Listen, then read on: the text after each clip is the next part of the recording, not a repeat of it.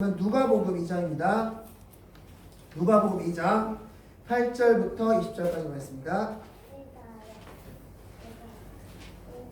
누가복음 2장 8절부터 20절까지 말씀입니다. 누가복음 2장 8절부터 20절까지 말씀입니다. 누가복음 2장 8절부터 20절까지 말씀입니다. 제가 먼저 읽고 여러분이 읽겠습니다. 제가 먼저 읽겠습니다.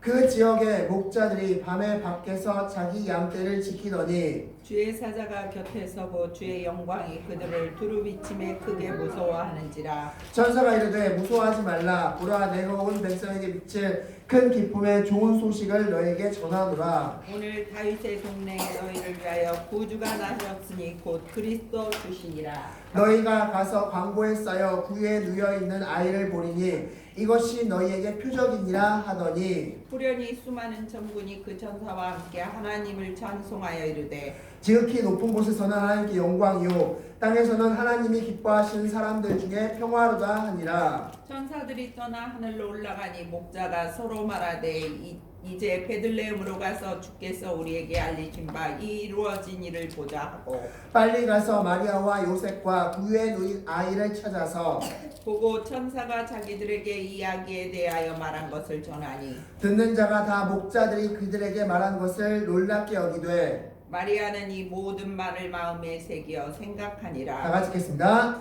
목자들은 자기들에게 이르던 바와 같이 듣고 본 그 모든 것을 인하여 하나님께 영광을 돌리고 찬송하며 돌아가니라. 아멘. 기도하겠습니다. 하나님 아버지, 오늘도 귀한 성탄절을 맞이해서 예배 올립니다. 이 예배 하나님께서 허명하여 주시었고 하나님께서 받기 합당한 제물이 될 수 있도록 도와주시옵소서. 예수 그리스도로 말미암아 흠없는 제물 될 수 있도록 도와주시고 그 제물로서 우리가 거룩한 산 제사가 제물이 되어서 거룩한 예배를 드리오니 하나님께서 받아주셨고 응답하여 주시길 간절히 바라오며 오늘 말씀 우주 예수 그리스도의 이름으로 기도드렸습니다. 아멘. 아멘.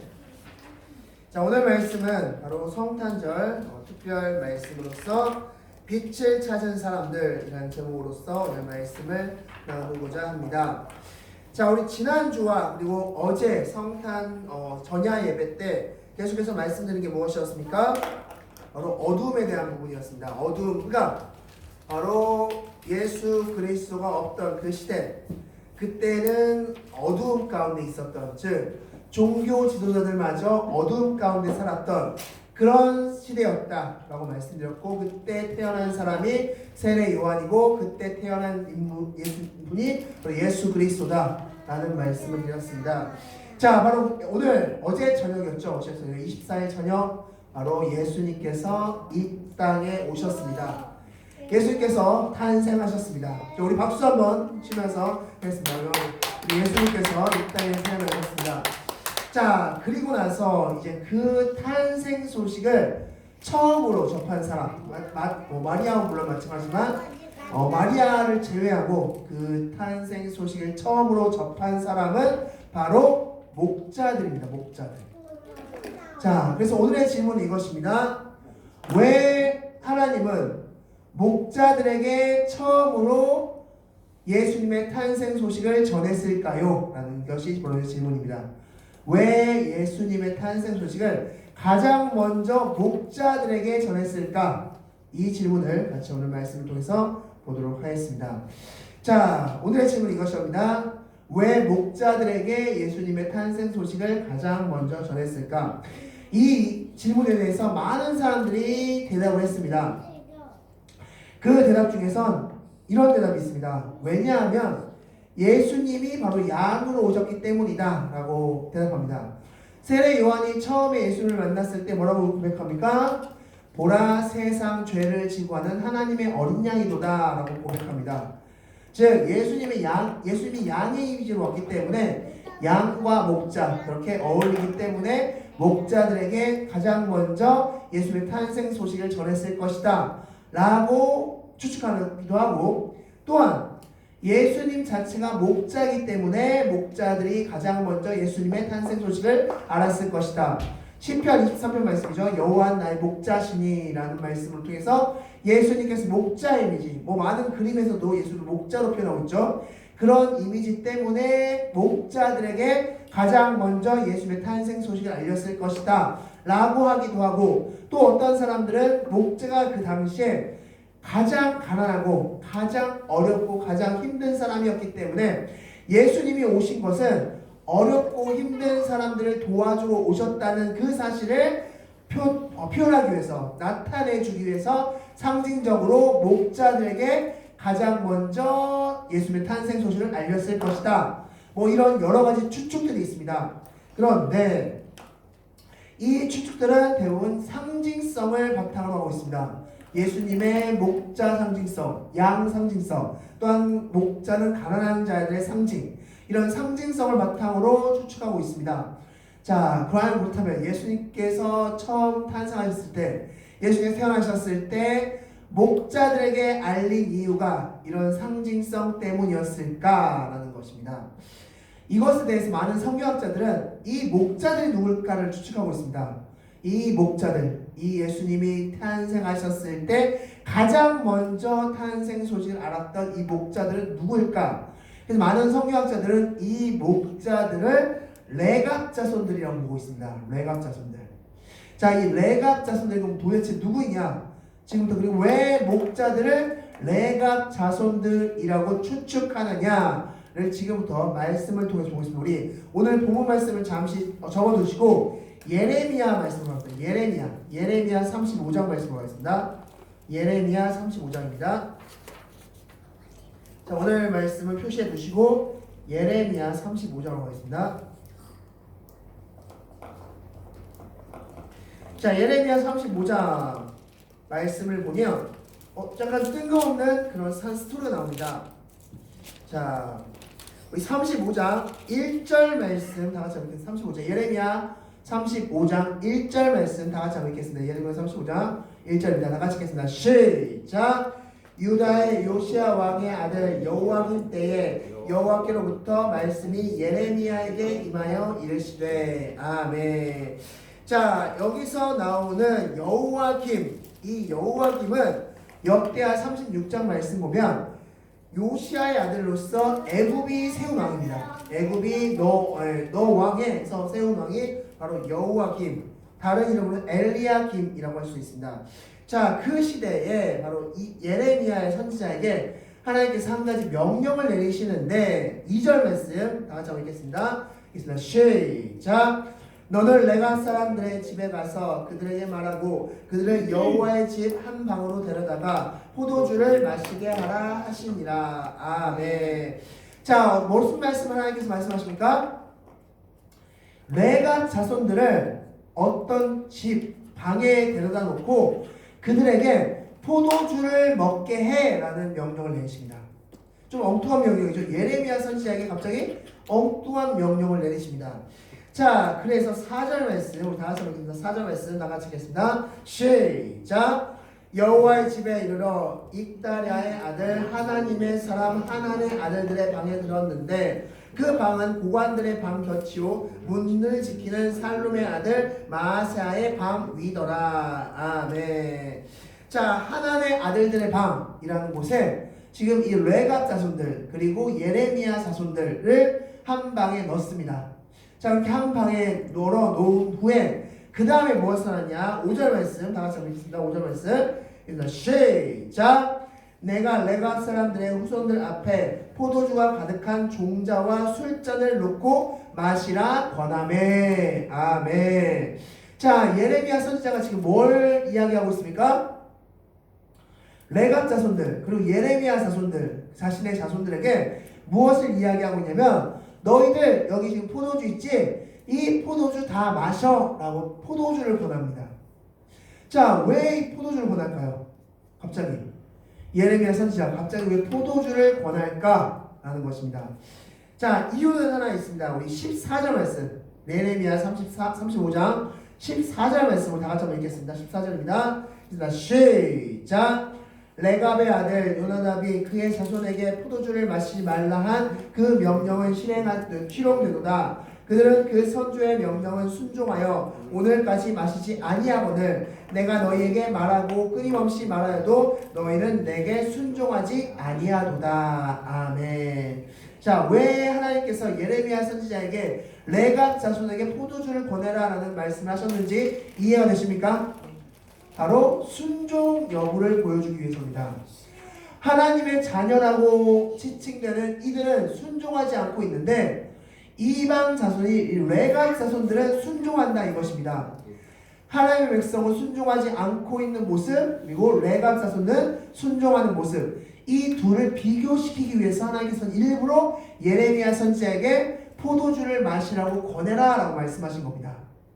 자, 그렇다면 여기서 이제 레갑 자손들은 어떻게 반응했을까라는 것입니다. 자, 오늘 6절 말씀이 가장 핵심 포인트겠죠. 6절 말씀 다 같이 읽겠습니다. 시작. 그들이 이르되 우리는 포도주를 마시지 아니하겠노라. 레갑의 아들 우리 선조 요나답이 우리에게 명령하여 이르기를 너희와 너희 자손은 영원히 포도주를 마시지 말며. 아멘. 자, 뭐라고 말씀합니까? 포도주를 마시지 않겠습니다 라는 말씀입니다. 포도주를 마시지 않겠습니다. 자, 그렇다면 왜 포도주를 마시지 않겠냐라고 그 이유가 무엇이었습니까? 6절 말씀에서 레갑의 아들 우리 선조 요나답이 우리에게 명령하여 이렇기 때문입니다. 즉, 이 요나답이라는 선조가 포도주는 너희는 포도주 마시지 마 라는 명령을 했기 때문에 우리는 포도주를 마시지 않겠습니다 라고 이야기하고 있는 겁니다. 자, 그렇다면 이제부터 아주 중요한 질문이겠죠. 왜 요나답은 이 자신들의 자손들에게 너희는 절대 포도주를 마시지 말라라는 명령을 왜 내렸을까요? 왜 이 명령을 내렸을까요? 뭐 술 취하지 말라 뭐 이런 의미일까요? 자, 그 이유가 있습니다. 우리 9절 말씀 35장 9절 말씀 다 같이 읽겠습니다. 35장 9절입니다. 다 같이 읽겠습니다. 시작. 살 집도 짓지 아니하며 포도원이나 밭이나 종자도 가지지 아니하고. 아멘. 자, 이게 무슨 말씀이냐면 이 요나답이 왜 포도주를 마시지 말라고 했냐, 더 정확히는 정착생활하지 말라고 말씀합니다. 정착생활. 너희 후손들아, 나의 후손들아, 너희들 절대 정착생활하지 마 라고 말씀합니다. 그럼 왜 정착생활하지 말라고 했을까요? 요나답은 후손들에게. 왜냐하면 정착생활하면 그 안락함으로 인해서 죄에 빠질 수 있기 때문에. 우리가 어딘가에 정착하고 머물게 되면 그때부터 무엇이 생깁니까? 그때부터 욕심과 권력이 생기기 시작하죠. 그때부터 죄라는 것이 들어오기 시작합니다. 그래서 이 요나답이라는 사람은 이 레갑 자손들에게, 자신들의 자손들에게, 얘들아, 너희들은 절대 정착하지 말고 떠돌면서 생활해. 그래서 집도 짓지 말고 밭도 가꾸지 말고 너희들 그냥 떠돌이 생활을 해라 라고 말씀합니다. 이 포도주를 마시지 말라는 의미는 더 정확히 말하면 포도 농사를 짓지 말라는 겁니다. 포도 농사를 짓는다는 것은 어디에 정착하는 거겠죠. 정착해서 1년, 2년 포도 농사를 계속 짓는 거겠죠. 즉, 포도 농사 짓지 말라가 발전되어서 포도주를 마시지 말라로 발전된 겁니다. 그렇게 한 이유는 이 요나답이 정착 생활을 하면 너희들이 죄 가운데 빠질 수 있기 때문에, 그래서 정착 생활하지 말라고 말씀합니다. 자, 그런데 중요한 건 이 요나답의 이 말은 언제 선포되었냐, 이 시점, 예레미야 선지자가 활동했던 시점과 비교했을 때 이때로부터 약 250년 전에 선포된 말씀입니다. 선포된 이야기입니다. 즉 250년 전에 요나답이라는 선조가 이 이야기를 했는데 250년 동안 이 이야기를 지켜낸 겁니다. 그런데 하나님께서 택하신 이스라엘 백성들은 하나님께서 끊임없이 말씀하시는데도 순종하지 않고 있는 겁니다. 그래서 예레미야 선지자에게 이 레갑 자손들에게 포도주를 권해봐라 라고 이야기하신 겁니다. 야, 이들은 자신의 선조, 그것도 250년 전에 선조가 한 이 말을 지키려고 부단히 애를 쓰고 있는데 이 너희들은 뭐냐 지금 이렇게 하면서 지금 비교하고 있는 것입니다. 지금. 즉 여기서 우리가 기억해야 할 핵심은 무엇이냐면요, 단순히 포도주를 마시지 않았다는 게 핵심이 아니라 죄를 짓지 않으려고 노력했다는 게 핵심입니다. 얘들아, 레가 자손들아, 너희들 정착하면 죄를 지을 수 있으니 절대 정착하지 말고 죄에 끝까지 싸워 이겨라. 그리고 곧 오실 메시아를 기다려라. 이게 바로 요나답 선조의 메시지였던 겁니다. 그리고 그 선조의 메시지, 250년 전에 선포된 그 선조의 메시지를 그들은 끝까지 지켜냈던 것이고, 지금 누가복음의 바로 그 목자가 바로 그 레갑 자손들이다 라고 할 수 있는 겁니다. 레갑 자손들은 죄에 있어서만큼은 끝까지 거부하고 끝까지 거절했던 사람들이 레갑 자손들이다 라고 할 수 있습니다. 자, 이것에 관해서 성경에는 한 가지 더 이야기가 있습니다. 우리 말씀 한번 보겠습니다. 열왕기하 10장 15절 말씀입니다. 열왕기하 10장 15절 말씀 다 같이 읽겠습니다. 시작.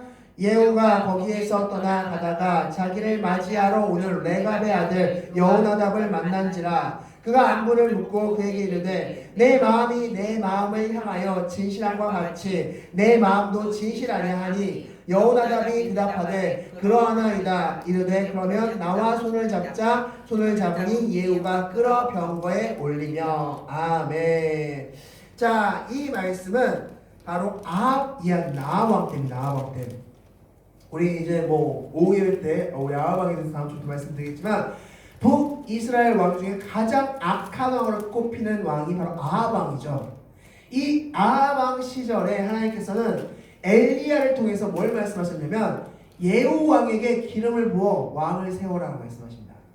그리고 나서 이 예후에게 하나님께서 말씀하신 것이 무엇이냐면 바알과 아세라 선지자들 다 죽여라고 말씀하셨어요. 그리고 아합의 자손들 다 죽여라라고 말씀하십니다. 자, 그렇게 명령하신 다음에 이제 예후가 그 명령을 따라서 바알과 아세라 선지자를 죽이기 위해서 막 가던 중에 누구를 만나냐면 레갑의 자손을 만납니다. 레갑의 자손, 여호나답이라고 불리는 레갑의 자손을 만납니다. 자, 레갑의 자손이 묻습니다. 내가 지금 하나님의 명령을 수행하러 가는데 같이 가겠느냐, 같이 하겠느냐 라고 이야기합니다. 그러자 여호나답이 이렇게 이야기합니다. 그러겠습니다 라고 이야기합니다. 자, 어떻게 보면 이 여호나답은 이 바알과 아세라를 죽이는 그 일에 동참 안 해도 됩니다. 왜냐하면 하나님께서 명령하신 게 아닙니다. 하나님께서는 예후에게만 말씀하셨습니다. 예후에게만. 너 바알과 아세라 선지자 죽여라고 예후에게만 말씀하신 건데, 예후가 여호나답에게 질문했을 때, 물어봤을 때, 저도 가겠습니다 라고 선뜻 대답했던 겁니다. 그리고 나서 어떻게 했냐? 10장 23절 말씀 다 같이 읽겠습니다. 10장 23절 다 같이 읽겠습니다. 시작. 예후가 레갑의 아들 여호나답과 더불어 바알의 신당에 들어가서 바알을 섬기는 자들에게 이르되 너희는 살펴보아 바알을 섬기는 자들만 여기 있게 하고 여호와의 종은 하나도 여기 너희 중에 있지 못하게 하라 하고. 아멘. 자, 이게 무슨 말씀이냐면 예후가 꾀를 냅니다. 어떤 꾀를 냈냐? 예후가 먼저 헛소문을 퍼뜨립니다. 나는 바알을 섬기는 사람입니다. 어느 누구보다 바알을 섬기는 사람입니다 라고 하면서 헛소문을 퍼뜨립니다. 그리고 나서 이렇게 이야기합니다. 자, 바알을 섬기는 사람들 다 이곳으로 모이십시오. 바알을 위해 큰 예배를 드리겠습니다 라고 하면서 한 장소에 바알을 섬기는 사람 80명을 다 모읍니다. 그래서 묻습니다. 여기 바알이 아니라 하나님을 섬기는 사람들은 다 나가십시오. 바알을 섬기는 제사장만 남을 수 있습니다 라고 해서 80명만 남게 한 다음에, 그 다음에 그 방에 있는 80명의 바알 선지자를 다 죽입니다. 그런데 이 죽일 때 누가 함께 예후와 함께 하냐면 누구와 함께 합니까? 누가 함께 합니까? 여호나답. 여호나답의 누구의 자손이다? 레갑의 자손이다라는 것입니다. 즉, 이 여호나답, 레갑의 자손들은 죄에 있어서만큼은 단호했습니다. 자기가 굳이 참전하지 않아도 되고 자기가 굳이 참석하지 않아도 되는 일이지만 죄를 없앤다는 이 말에, 죄가 없어진다는 이 말에, 제가 하겠습니다, 제가 이건 당연히 해야죠 라고 하고 참석했고 도와줬고 같이 사륙하는 데 동참했습니다. 이게 바로 레갑의 자손들입니다. 즉, 레갑의 자손들은 죄에 있어서만큼은 철저하게 미워했던 사람들이 레갑의 자손들이었고, 그 레갑의 자손들 중에 한 사람이 바로 오늘 누가복음에 등장하는 목자들이다 라고 할 수 있습니다. 즉, 이 목자들은 어떤 사람들입니까? 결론적으로 이 목자들은 죄를 철저히 미워하면서 예수 그리스도를 고대했고 기대했던 사람, 그들이 바로 이 목자들이다 라고 할 수 있는 겁니다. 자, 다시 오늘 본문으로 가겠습니다. 2장 8절, 누가복음 2장 8절 말씀. 자, 이 목자들에 대해서 우리가 잘 알았습니다. 자, 이 목자들에게 예수님 천사들이 나타납니다. 천사들이 나타나서 10절 말씀 보면 좋은 소식을 너에게 전하겠다 라고 말씀합니다. 이 좋은 소식은 유앙겔리온이라고 표현했습니다. 바로 전쟁에서 승리했을 때 올리는 승전가와 같은 소식입니다. 즉, 영적 전쟁에서 승리하는 승전가와 같은 소식을 너에게 전하겠다 라고 말씀하면서 우리 11절 말씀, 우리 다 같이 읽겠습니다. 11절 말씀 다 같이 읽겠습니다. 시작! 오늘 다윗의 동네에 너희를 위하여 구주가 나셨으니 곧 그리스도 주시니라. 아멘. 자, 여기서 왜 예수님의 탄생을 알릴 때 다윗의 동네라고 표현했을까요? 다윗의 동네. 자, 여기 다윗의 동네라고 표현했을까요? 자, 이 다윗의 동네라는 표현은 사무엘상 16장 1절 말씀 보면 바로 다윗의 고향이 어디입니까? 바로 베들레헴이죠. 네, 다윗의 고향 베들레헴. 이 다윗의 왕을 세워졌을 때 그곳이 바로 베들레헴, 자기 고향에서 왕으로 기름 부음 받았습니다. 바로 다윗의 동네라는 것은 바로 왕의 후손이다라는 의미를 담고 있습니다. 즉, 왕의 후손으로 오시는 분이다 라는 의미를 담고 있고, 또한 11절 말씀에서 구주라는 표현 소테르, 그리고 주라는 것은 쿠리오스, 이 두 단어 역시 어떤 황제, 왕 이런 존재에게 붙이는 단어입니다. 즉, 이 11절 말씀은 아기 예수, 정말 작고 작은 그 아기 예수가 어떤 존재라는 걸 알려준 겁니까? 이 세상의 왕이다, 이 온 우주의 왕이시다 라는 것을 알려줍니다. 그리고 나서 14절 말씀에 천사들이 찬양을 하죠. 너무 유명한 말씀이죠. 우리 다 같이 읽겠습니다. 14절 말씀 다 같이 읽겠습니다. 시작! 지극히 높은 곳에서는 하나님께 영광이요 땅에서는 하나님이 기뻐하신 사람들 중에 평화로다. 아멘. 자, 무슨 의미입니까? 이게 무슨 뜻일까요? 예수님께서 태어나시면 바로 하늘에는 영광을 돌리는 일이고 땅에서는 평화가 찾아오는 일이다라는 것입니다. 예수님의 이 탄생은 하늘에는 엄청난 영광스러운 일이고 땅에는 모든 인류에게, 모든 사람에게 평화를 건네주는 일이다 라는 말씀입니다. 그렇게 천사들이 찬양을 하고 올라갑니다. 자, 그러면서 이 찬양을 듣고 나서 목자들이 어떻게 행동했느냐? 16절 말씀 다 같이 읽겠습니다. 16절입니다. 읽겠습니다. 시작! 빨리 가서 마리아와 요셉과 그 위에 놓인 아이를 찾아서. 아멘. 자, 여기서 한번 질문 드려보겠습니다.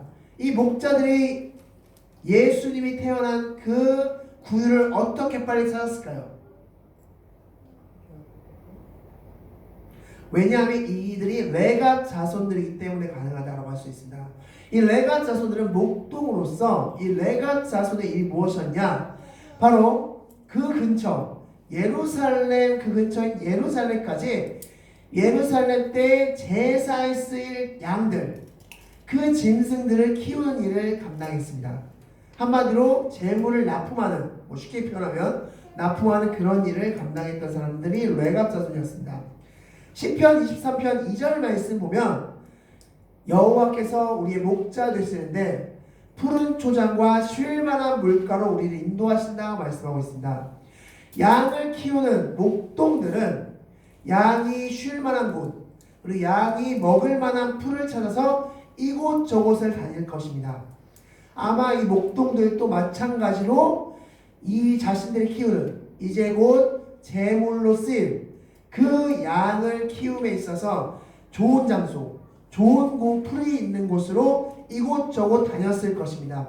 그러면서 이 베들레헴 위치를 너무나 잘 알고 있었을 것이고 그때 그들이 아마 여기서 태어났을 거야 라고 추측해서 금방 찾아갈 수 있지 않았을까 라고 추측할 수 있습니다.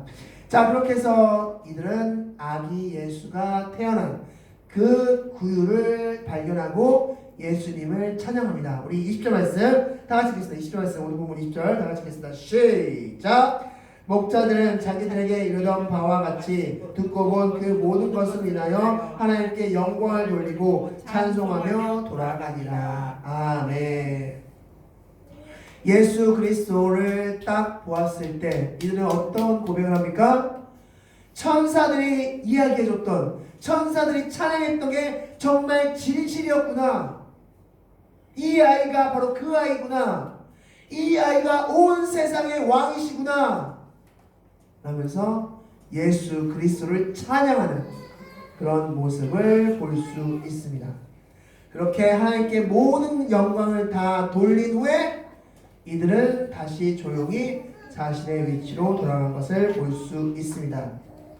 자, 오늘 말씀의 가장 핵심 포인트는 바로 이들이 어떤 자손이다? 레갑 자손들이다. 레갑 자손들은 바로 어떤 삶을 살았다?